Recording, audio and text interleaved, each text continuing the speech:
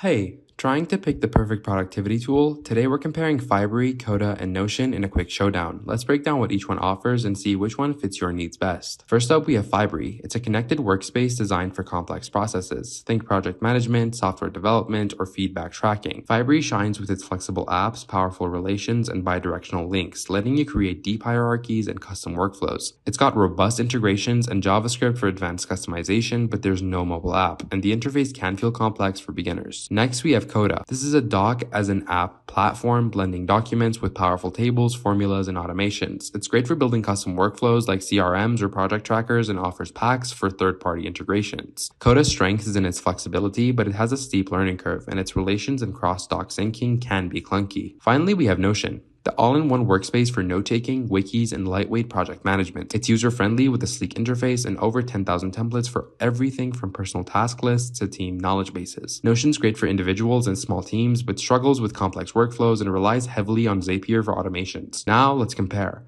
Fibery excels for medium to large teams handling complex processes like product development, and Coda's your pick for powerful custom apps and automations, ideal for teams needing flexibility. Finally, Notion wins for simplicity, perfect for personal use or small teams managing wikis and tasks. So, which is best? If you're a small team or solo user, Notion's ease and affordability are hard to beat. For complex workflows, Fibery's connected apps are top-notch. And if you love building custom solutions, Coda's your go-to. Pick what fits your vibe. That's it, guys. Let us know your favorite in the comments, and I'll see you in the next video.